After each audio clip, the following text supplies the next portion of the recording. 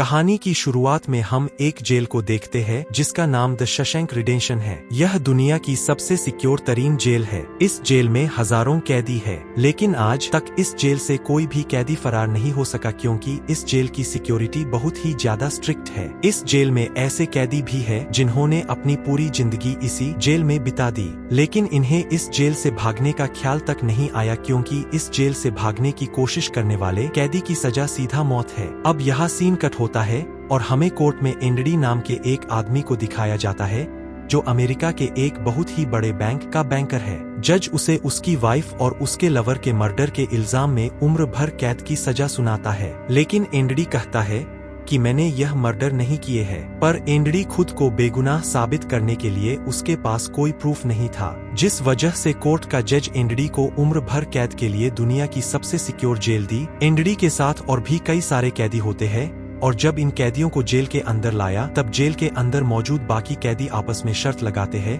कि आज रात इन नए आने वाले कैदियों में से कौन सा कैदी रोएगा, और इसके लिए यह लोग एक डिब्बी सिगरेट की शर्त लगाते हैं। यह लोग बाहर लाइन से खड़े नए आने वाले कैदियों में से एक एक कैदी को चुन लेते हैं। तब रेड नाम का एक कैदी एंडी पर दाव लगाता है क्योंकि उसे लगता है कि एंडी बहुत ही मासूम है और वह बहुत ही अमीर घर का है जिसने संगीत कभी तकलीफ नहीं झेली, इसलिए उसे लगता है कि वो आज रात सबसे पहले रोएगा। इसके बाद सभी कैदियों को लाइन से जेल के अंदर लाया जाता है और हर एक कैदी को उसके सेल में बंद कर दिया जाता है। कुछ देर बाद रात हो जाती है और तब पुराने कैदी नए आने वाले कैदियों पर चिल्लाने लगते हैं ताकि उनमें से कोई डर जाए और रोने लगे, और ऐसा ही होता है। इन नए आने वाले कैदियों में से एक कैदी कर रोने लगता है और कहता है कि मुझे घर जाना है। तब वहाँ गार्ड आते हैं और उसे रोने से मना करते हैं, लेकिन जब वह आदमी रोना बंद नहीं करता तब गार्ड उसे सेल से बाहर निकालकर इतना पीटते हैं कि वह बेहोश हो जाता है। दूसरी तरफ रेड एंडी पर लगाया हुआ दाव हार जाता है और रेड समझ जाता है कि एंडी बहुत ही स्ट्रांग है क्योंकि इतना डराने के बावजूद उसने एक आवाज तक नहीं की। इसीलिए अगले दिन रेड अपने साथी को सिगरेट का एक डिब्बा दे देता है क्योंकि रेड एंडी पर लगाया हुआ दाव हार चुका था। तभी हम एंडी को देखते हैं जो अकेला चुपचाप ब्रेकफास्ट कर रहा होता है। तब एंडी की मुलाकात जेल के सबसे पुराने कैदी ब्रुक्स से होती है। ब्रुक्स को यहाँ इस जेल में लगभग 50 साल पूरे होने वाले हैं। एंडी समझदारी से ब्रुक्स से इस जेल के सभी छोटे बड़े रूल्स और हर एक कैदी के बारे में जानने की कोशिश करता है। तब ब्रुक्स एंडी को जेल का हर एक सीक्रेट बता देता है और वह एंडी से कहता है कि अगर तुम्हें जेल के बाहर से कुछ मंगवाना हो तो रेड नाम के कैदी के पास जाना। यह सुनते ही एंडी भी इंतजार नहीं करता और वह सीधा रेड के पास पहुंच जाता है और रेड से कहता है कि मैंने सुना है तुम बाहर से किसी भी चीज को अंदर मंगवा सकते हो। तब रेड कहता है हाँ मैं मंगवा सकता हूँ, लेकिन ऐसी चीज जो यहाँ से भागने या फिर किसी को मारने में काम ना आती हो। एंडी रेड से कहता है कि मुझे हैमर यानी एक हथौड़ा चाहिए। हथौड़े का नाम सुनते ही रेड कहता है कि तुम्हें हथौड़ा ही क्यों चाहिए, क्या तुम हथौड़े से किसी को मारने वाले तो नहीं हो। तब एंडी कहता है नहीं मैं किसी को मारने वाला नहीं हूँ, मेरा यहाँ कोई भी दुश्मन नहीं है। यह सुनकर रेड कहता है कि तुम्हारा यहाँ दुश्मन तो नहीं है, लेकिन जल्द ही कुछ लोग तुम्हारे दुश्मन बनने वाले हैं। वो कुछ लोगों की तरफ इशारा करके एंडी को वार्न करता है कि इन लोगों की गंदी नजर तुम पर है, इसीलिए इनसे बचकर रहना। अगले दिन एंडी के कहने पर रेड उसके लिए हैमर मंगवा देता है और जब वह हथौड़ा देखता है तो रेड हंसने लगता है क्योंकि हथौड़ा साइज में बहुत ही छोटा होता है और रेड मन ही मन सोचता कि इस हथौड़े से जेल में सुरंग बनाने में 600 साल लग जाएंगे। इसके बाद रेड ब्रुक्स के जरिए एंडी के सेल तक हथौड़ा पहुंचा देता है। ऐसे ही दिन बीतते हैं और एक दिन जब एंडी लड़री में काम कर रहा होता है तब वह 3 लोग जिनकी एंडी पर गंदी नजर होती है वो एंडी को पकड़ लेते हैं। एंडी उनसे अपने आप को छुड़ाने की कोशिश करता है पर 3 लोगों को वह अकेले कंट्रोल नहीं कर पा रहा था, इसलिए यह तीनों पहले एंडी को खूब पीटते हैं और फिर एंडी के साथ गलत करते हैं। यह सिलसिला इसी तरह चलता रहता है। यह लोग हमेशा एंडी को पकड़ते और फिर उसे मारकर उसके साथ गलत करते रहते। इस तरह से 2 साल बीत जाते हैं और एक अनाउंस होता है कि छत की मरम्मत के लिए कुछ लोगों की जरूरत है। यहाँ कैदियों की एक टीम छत के काम के लिए तैयार हो जाती है जिसमें रेड और एंडी भी शामिल होते हैं। यह लोग सब अपने काम पर लग जाते हैं और छत पर उनकी देखभाल की जिम्मेदारी एक बहुत ही सख्त सिक्योरिटी गार्ड की होती है जिसका नाम हेडली है। हेडली बहुत ही स्ट्रिक्ट इंसान है जो जरा सी गलती पर कैदियों को बहुत बुरी तरह पीटता है। जब सभी कैदी छत पर काम कर रहे होते हैं तब हेडली थोड़ा परेशान होता है और अपने साथियों से कहता है कि मेरे भाई की हाल ही में मौत हुई है, जिसके अकाउंट में $30,000 पड़े हैं। अब मेरे भाई का मेरे अलावा इस दुनिया में और कोई नहीं है, इसलिए उसके पैसे पर मेरा हक बनता है। लेकिन परेशानी की बात यह है कि जब मैं $30,000 को अपने अकाउंट में ट्रांसफर करूंगा तब सरकार मुझसे टैक्स के रूप में सारे पैसे ले लेगी। एडली जब अपने साथियों से यह बातें कर रहा था तब एंड्री भी इसकी सारी बातें सुन लेता है। एंड्री जो कि एक बहुत बड़ा बैंकर है, उसे पता था कि इन पैसों को बिना गवर्नमेंट को टैक्स दिए कैसे निकाला जा सकता है। इसके बाद एंड्री बिना सोचे हेडली के पास जाता है और उससे कहता है कि क्या तुम अपनी बीवी पर भरोसा करते हो। यह बात सुनते ही हेडली को गुस्सा आ जाता है और वह एंड्री को पकड़कर छत के किनारे ले जाता है, लेकिन उसे नीचे फेंकने से पहले एंड्री उसे बताता है, अगर तुम अपनी बीवी पर भरोसा करते हो कि वह तुम्हें धोखा नहीं देगी तो तुम आसानी से अपने भाई के पैसे अपनी वाइफ के अकाउंट में ट्रांसफर कर सकते हो, वह भी बिना टैक्स दिए, क्योंकि गवर्नमेंट का एक रूल है, कोई भी इंसान अपनी पत्नी को पूरे जीवन में $60,000 तक गिफ्ट कर सकता है और इन पैसों पर कोई टैक्स नहीं लगता। और एंड्री यह भी कहता है कि अगर तुम बाहर से किसी लॉयर को रखोगे तो वह तुमसे बहुत ज्यादा पैसे चार्ज करेगा, लेकिन मैं यह काम तुम्हारे लिए फ्री में कर सकता हूँ। तब हेडली पूछता है, बदले में तुम्हें क्या चाहिए? पर एंड्री मुस्कुराते हुए कहता है, मुझे कुछ नहीं चाहिए, जब तुम्हारा काम हो जाए तुम बस मेरे सारे दोस्तों को बियर पिला देना।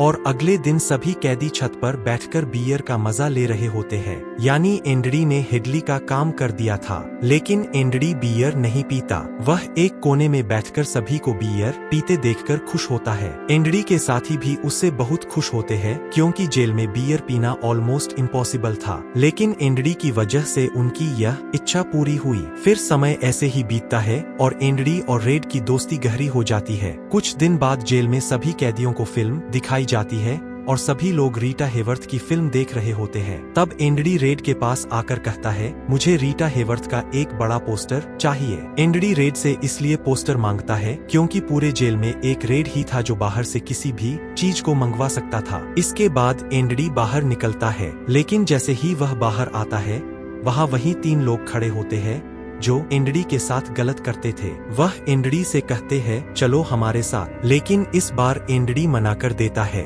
एंड्री के मना करने पर वह लोग उसे पकड़ लेते हैं और उसके साथ जबरदस्ती करने की कोशिश करते हैं, लेकिन एंड्री भी उनका मुकाबला करता है, पर वो लोग 3 होते हैं, जिस वजह से वह एंड्री को बहुत ही बुरी तरह से पीटते हैं। पर आज यह लोग एंड्री के साथ कुछ कर नहीं पाते, लेकिन एंड्री को यह लोग इतना मारते हैं कि एंड्री 1 महीने के लिए अस्पताल में चला जाता है और साथ ही वह आदमी जिसने एंड्री को मारा होता है उसे 1 हफ्ते के लिए काल कोठरी में डाल दिया जाता है। 1 हफ्ते बाद जब वह वापस अपने सेल में आता है तो वहाँ पर वही ऑफिसर होता है जिसका एंड्री का टैक्स बचाया था, और इस ऑफिसर को किसी ने बता दिया था कि एंड्री को इस आदमी ने इतना मारा है कि वह बेचारा 1 महीने के लिए अस्पताल में चला गया है। अब यहाँ वो ऑफिसर उस आदमी को इतनी बुरी तरह से मारता है कि वो हमेशा के लिए पैरालाइज हो जाता है। 1 महीने बाद जब अस्पताल से एंड्री वापस अपने सेल में आता है तब उसे अपने सेल में रीटा हेवर्थ का एक बड़ा पोस्टर मिलता है, जो कि असल में एक वेलकम गिफ्ट होता है रेड की तरफ से। इस तरह से दिन गुजरते हैं और एक दिन जेल का वार्डन सिक्योरिटी गार्ड के साथ एंड्री के सेल में आता है और उसके सेल की तलाशी करवाता है। सेल की चेकिंग लेने के बाद जब वार्डन को कुछ नहीं मिलता तब वार्डन की नजर सामने लगे पोस्टर पर पड़ती है। वार्डन कहता है कि वैसे तो मैं सेल में पोस्टर अलाउ नहीं करता, पर तुम इसे अपने सेल में लगा सकते हो।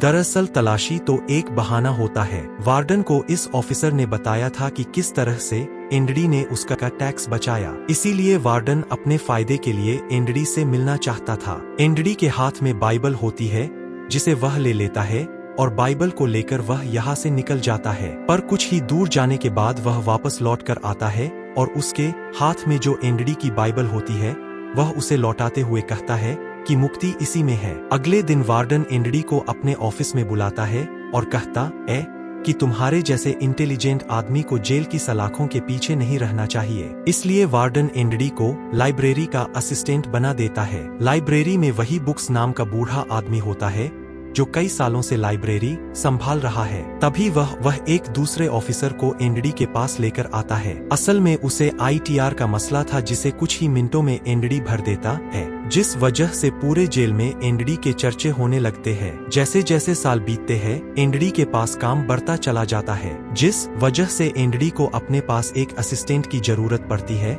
और वह अपना असिस्टेंट अपने सबसे अच्छे दोस्त रेड को बनाता है। एक दिन लाइब्रेरी में ब्रुक्स एक कैदी के गले पर चाकू रख देता है और वह उसे बिना वजह मारने की धमकी देता है। असल में सरकार ने उसकी सजा माफ कर दी है, पर वो इस जेल को छोड़कर नहीं जाना चाहता। आज उसे इस जेल में पूरे 50 साल हो चुके हैं। उसकी पूरी जिंदगी इसी जेल में बीत गई है और वह बिल्कुल भूल चुका है कि बाहर की दुनिया कैसी है। यह जेल की दुनिया ही उसकी असली दुनिया है और उसे लगता है कि अगर उसने किसी का खून कर दिया तो उसकी सजा बढ़ जाएगी और उसे इसी जेल में रखा जाएगा। एनडी के समझाने पर ब्रुक्स उस आदमी को जिसकी गर्दन पर उसने चाकू रखा था छोड़ देता है। अब ना चाहते हुए भी ब्रुक्स जब जेल से छूटने के बाद बाहर आता है तो उसे बाहर की दुनिया बहुत अजीब लगती है। 50 सालों में बाहर की दुनिया की रफ्तार काफी ज्यादा बढ़ गई होती है। जहां सड़क पर पहले एक गाड़ी दिखती थी, अब सड़कों पर गाड़ियों की भीड़ है। कुछ दिन बाद वह एक सुपरमार्केट में काम करने लगता है,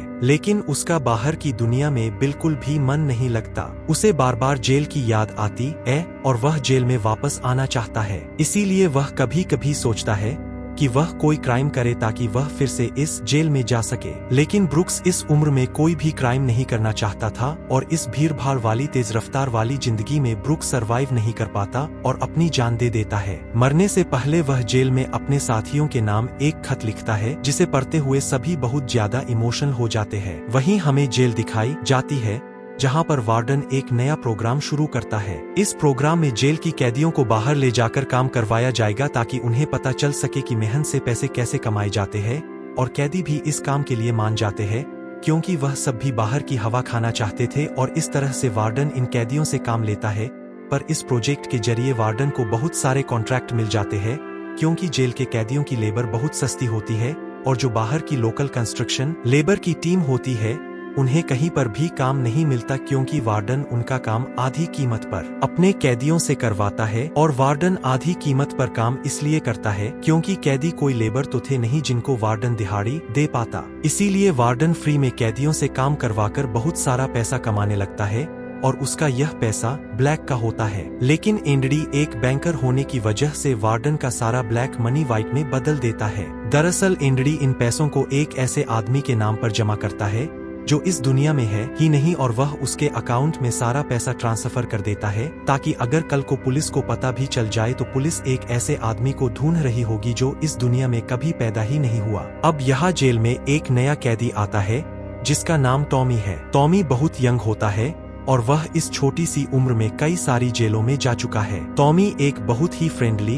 नेचर का था, इसलिए उसकी जल्द ही जेल में बहुत से कैदियों से दोस्ती हो जाती है। एक दिन खाने की टेबल पर टॉमी सबसे कहता है कि मैं पिछले कई सालों से चोरी कर रहा हूँ, इसलिए मैं यहाँ की कई सारी जेलों में जा चुका हूँ और इस बार भी मैं चोरी की वजह से इस जेल में आया हूँ। टॉमी की बात सुनते हुए एनडी उसे कहता है कि अगर तुम चोरी करने के बाद बार बार पकड़े जा रहे हो तो इसका मतलब यह है कि यह काम तुम पर सूट नहीं करता, इसलिए तुम्हें चोरी करना छोड़ देना चाहिए। टॉमी को एनडी की यह बात बिल्कुल ठीक लगती है, इसलिए टॉमी रेड से एनडी के बारे में जानकारी लेने लगता है। टॉमी रेड से कहता है कि एनडी बहुत ही इंटेलिजेंट और डिसेंट इंसान है, उसे जेल क्यों हुई है। रेड उसे बताता है कि एनडी एक बहुत बड़ा बैंकर था, लेकिन उसने अपनी वाइफ और उसके लवर का कत्ल किया, जिस वजह से उसे उम्र भर कैद हुई। यह सुनकर टॉमी सोच में पड़ जाता है, जैसे उसे कुछ याद आया हो। उसके बाद वह एनडी को बुला लेता है। अब टॉमी के सामने एनडी और रेड होते हैं। टॉमी इन दोनों को बताता है कि 4 साल पहले मैं एक जेल में गया था जहां पर मुझे एक कैदी मिला और उस कैदी ने मुझे बताया कि एक रात वह एक घर में चोरी करने गया। चोरी के दौरान उस घर का मालिक जाग गया। अब पकड़े जाने के डर से उसने उस घर के मालिक और उसकी पत्नी को मार डाला। बाद में उसे पता चला कि वह दोनों पति पत्नी नहीं थे बल्कि लवर थे और वह औरत एक बहुत बड़े बैंकर की पत्नी थी। कुछ समय बाद जब मैंने अखबार में न्यूज पढ़ी तो मुझे पता चला कि पुलिस ने जब इन 2 मर्डर्स के बारे में जांच की तो पुलिस को शक हुआ कि इन दोनों को बैंकर ने मारा रहा है। इसलिए बैंकर को उसकी पत्नी और उसकी पत्नी के लवर के हत्या के इल्जाम में गिरफ्तार कर लिया गया। यहाँ हमें पता चलता है कि एंड्री बेगुनाह था। यह सब जानने के बाद एंड्री वार्डन के पास जाता है और उसे यह सारी बातें बताता है, पर वार्डन जानबूझकर उसकी बातों पर विश्वास नहीं करता, क्योंकि एंड्री वह इंसान है जो उसके काले पैसों को व्हाइट में बदलता है और वार्डन के सारे राज जानता है। इसलिए अगर एंड्री यहाँ से चला गया तो वार्डन ना तो और पैसे कमा पाएगा और शायद उसके ब्लैक पैसों का राज भी खुल जाएगा। इसलिए वह एंड्री से कहता है कि यह एक झूठी कहानी है, मुझे ऐसी कहानियां रोज सुनने को मिलती है। एंड्री वार्डन से वादा करता है कि अगर मैं आजाद भी हो गया तो मैं तुम्हारा राज ही रखूंगा, लेकिन वार्डन एंड्री की कोई भी बात नहीं सुनता। यह देखकर एंड्री को बहुत गुस्सा आता है कि मैंने इस आदमी की इतनी मदद की, लेकिन आज बेगुनाह होने के बावजूद भी मुझे यह बाहर नहीं जाने दे रहा। इसलिए एंड्री वार्डन पर चिल्ला पड़ता है। तब वार्डन एंड्री को 1 महीने के लिए काल कोठरी में डाल देता है और उसके बाद वह सीधे टॉमी के पास जाता है और वार्डन टॉमी से पूछता है कि क्या तुमने जो बातें एंड्री को बताई है वह सारी सच है। टॉमी कहता है हाँ, यह बिल्कुल सच है। इसके बाद वह टॉमी से कहता है कि क्या अगर तुम्हें कोर्ट में बुलाया जाए तो तुम कोर्ट में इस बात की गवाही दे सकते हो। तब टॉमी कहता है हाँ, मैं इसके लिए तैयार हूँ। यह सुनते ही वार्डन ऊपर गार्ड को इशारा करता है और वह गार्ड टॉमी को गोलियों से छलनी कर देता है। इसके बाद वार्डन एंड्री के पास जाता है और उसे कहता है कि टॉमी ने भागने की कोशिश की थी, इसलिए उसे गोली मार दी गई। लेकिन एंड्री समझ जाता है कि टॉमी को क्यों मारा गया और एंड्री मन ही मन सोचता है कि वार्डन बहुत ही घटिया इंसान है। एंड्री वार्डन से कहता है कि आज के बाद मैं तुम्हारा काम कभी नहीं करूंगा। तब वार्डन कहता है कि मेरा काम तो तुम्हें ही करना पड़ेगा, वरना मैं यह जेल तुम्हारे लिए नरक बना दूंगा। और जाते हुए वार्डन सिक्योरिटी गार्ड से कहता है कि उसे 1 और महीने के लिए काल कोठरी में रखो। काल कोठरी एक बहुत ही खौफनाक जगह थी जहां काले अंधेरों में कैदी को पूरे 1 महीने रहना पड़ता था। अब एंड्री इस काल कोठरी में 1 महीना तो बिता चुका था, लेकिन अब उसे 1 और महीना उसी अंधेरे वाले छोटे से कमरे में बिताना पड़ेगा। बाहर पूरे जेल में यह खबर फैल जाती है कि एंड्री उस गुनाह की सजा काट रहा है जो उसने कभी किया ही नहीं था। जेल के अंदर मौजूद सभी कैदियों को एंड्री के लिए बहुत दुख होता है। अब काल कोठरी में पूरे 2 महीने गुजारने के बाद जब एंड्री बाहर आता है तो रेड उसके पास आता है। एंड्री रेड से पूछता है कि क्या तुम कभी इस जेल से बाहर निकल पाओगे। रेड कहता है हाँ, लेकिन तब जब मैं बहुत बूढ़ा हो गया होऊंगा और मेरा दिमाग काम करना बंद कर देगा। एंड्री कहता है कि मैं यहाँ से निकलकर मेक्सिको जाऊंगा। मेक्सिको में समुद्र किनारे एक बहुत खूबसूरत जगह है। कहा जाता है कि इंसान अपने आप को वहाँ खो देता है। मैं वहाँ अपना एक रेस्टोरेंट खोलूंगा, समुद्र किनारे अपनी नाव की रिपेयर करूंगा और वहाँ मुझे एक जोगाड़ी आदमी की जरूरत पड़ेगी जो मेरे लिए बाहर से सामान लाया करेगा। असल में वह रेड की तरफ इशारा कर रहा था। रेड यह सुनकर कहता है कि उम्मीद बहुत खतरनाक चीज होती है, यह इंसान को पागल तक कर देती है। तुम्हें सच्चाई की दुनिया में वापस लौटना होगा, मेक्सिको यहाँ से बहुत दूर है। यह कहकर रेड वहाँ से जाने लगता है, लेकिन जाने से पहले एंड्री रेड से कहता है कि वादा करो कि अगर तुम कभी यहाँ से रिहा हुए तो मेरा एक काम करोगे। रेड कहता है हाँ, मैं जरूर करूँगा।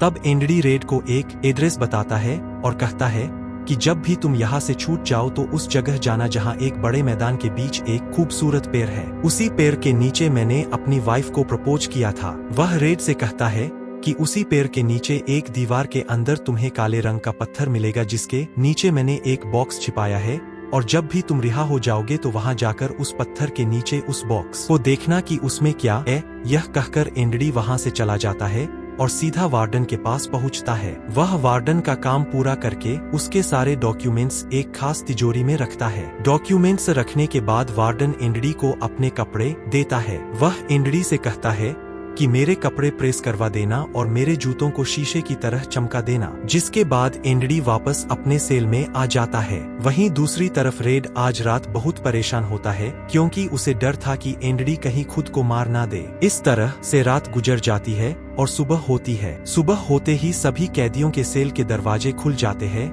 और सभी कैदी बाहर आ जाते हैं, लेकिन एंड्री सेल से बाहर नहीं आता। यह पिछले 20 सालों में पहली बार ऐसा हो रहा था कि कोई कैदी सुबह अपने सेल से बाहर नहीं आया। तब रेड की नजर भी एंड्री के सेल की तरफ होती है और रेड की परेशानी बढ़ती रहती है कि कहीं एंड्री ने खुद को मार तो नहीं दिया। तभी एक गार्ड बहुत गुस्से में एंड्री के सेल की तरफ जाता है, लेकिन वहां पहुंचकर जब वह देखता है अंदर सेल में कोई भी नहीं था और एंड्री वहां से फरार हो चुका था। अब हम वार्डन को देखते हैं जो अपने जूते पहनने के लिए निकालता है, लेकिन उस बॉक्स में उसके नहीं बल्कि एंड्री के पुराने जूते होते हैं।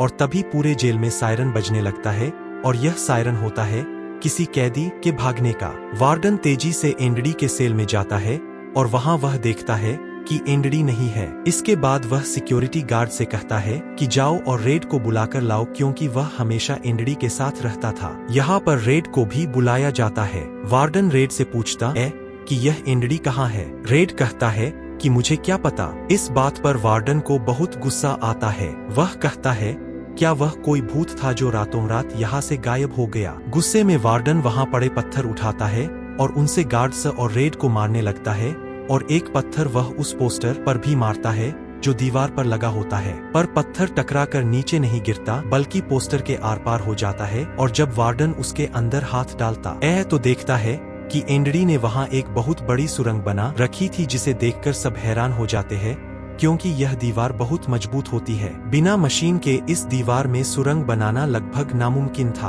पर एंड्री ने नामुमकिन को मुमकिन कर दिखाया और यहाँ से फरार हो गया। इसके बाद सभी गार्ड्स वहां जाते हैं जहां से एंड्री बाहर निकला था। वहां उन्हें एंड्री के पुराने कपड़े और वह हथौड़ी मिलती है जो आज से 20 साल पहले एंड्री ने रेड से मंगवाई थी। यह वही हथौड़ी होती है जिससे पिछले 20 सालों से एंड्री अपनी सेल की दीवार में सुरंग बना रहा था। 20 सालों से एंड्री ने यह काम इतनी बारीकी से किया कि किसी को पता तक नहीं चला। साथ ही दीवार से जो भी मिट्टी निकलती थी वह उसे अपनी जेब में रखकर ग्राउंड में बिखेर देता था। एंड्री ने आखिरी बार जब वार्डन के लिए काम किया था तो वह वार्डन के काले पैसों के सारे डॉक्यूमेंट्स अपने पास रख लेता है और उसके पास जो उसकी बाइबल होती है वह उसे वार्डन की नजरों के सामने चालाकी से उसकी तिजोरी में रख देता है। और एंड्री वार्डन को ऐसे दिखाता है कि जैसे यह बाइबल नहीं बल्कि उसके डॉक्यूमेंट्स है। साथ ही वार्डन ने जो अपने कपड़े उसे प्रेस करने के लिए दिए थे, एंड्री पहले वार्डन के कपड़ों को पहनता है और फिर उसके ऊपर अपने पुराने कपड़े पहन लेता है और वे जूते जो वार्डन ने उसे शीशे की तरह चमकाने के लिए दिए, एंड्री उन्हें पहनकर निकल जाता है। रात को जैसे ही सारी लाइट्स बंद होती है, एंड्री अपने सेल में की गई सुरंग से बाहर निकलता है, जिसके बाद वह एक गटर का पाइप तोड़ता है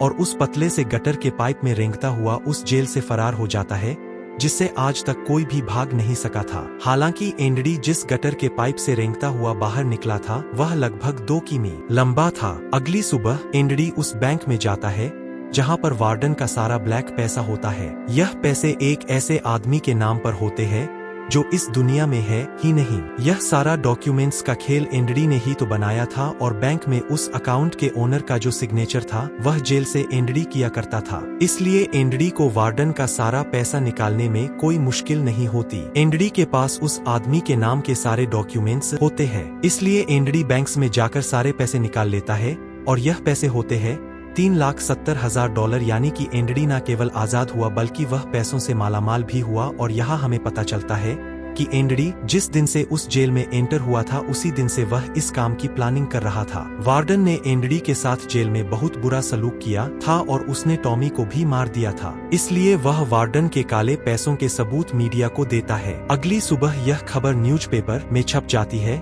और जब वार्डन तिजोरी खोल कर देखता है तो उसमें उसके डॉक्यूमेंट्स नहीं बल्कि बाइबल होती है। बाइबल के पहले पेज पर एंड्री ने लिखा होता है कि तुमने सही कहा था, मुक्ति इसी में है। और जब वार्डन पेज पलटता है तो वह देखता है कि वहां पर हथौड़ी का एक निशान होता है। दरअसल एंड्री ने बाइबल के पेजेस को हथौड़ी की शेप में काटकर एक सांचा बनाया हुआ था जिसके अंदर वह अपनी हथौड़ी छिपाया करता था। और आज से 20 साल पहले जब वार्डन पहली बार एंड्री की सेल में गया था और उसने एंड्री की बाइबल उसके हाथ से लेकर वापस उसे लौटा दी थी, उस समय भी वह हथौड़ी उसी बाइबल के अंदर थी। यह देखकर वार्डन को एक बहुत बड़ा झटका लगता है। दूसरी तरफ वार्डन के काले पैसों की खबर पूरे शहर में फैल चुकी थी, इसलिए जेल के बाहर रिपोर्टर्स और पुलिस वार्डन को गिरफ्तार करने के लिए आ रही होती है और इससे पहले कि पुलिस उसे गिरफ्तार करती वार्डन अपने आप को गोली मार देता है। कुछ समय बीतने के बाद एंड्री के दोस्त रेड की सजा भी माफ कर दी जाती है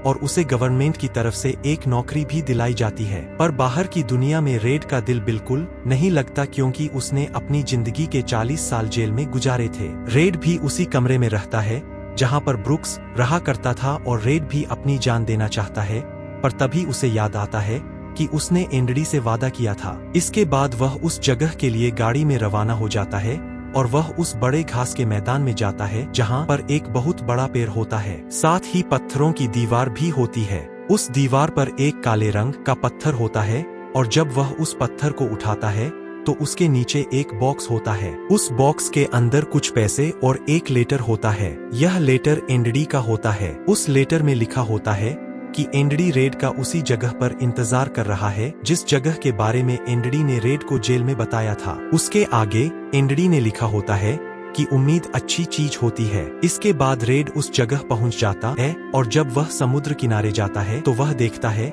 कि एंड्री नाव में बैठकर अपनी नाव ठीक कर रहा है। यह जगह, यह सब कुछ एंड्री का वह सपना होता है जो उसने जेल में रेड से शेयर किया था, और रेड ने कहा था कि उम्मीद अच्छी नहीं होती। इसके बाद यह दोनों एक दूसरे को गले लगाते हैं, और इसी के साथ यह कहानी खत्म हो जाती है। अगर आपको यह वीडियो अच्छी लगी हो तो हमारे चैनल को सब्सक्राइब और वीडियो को लाइक जरूर कीजिएगा।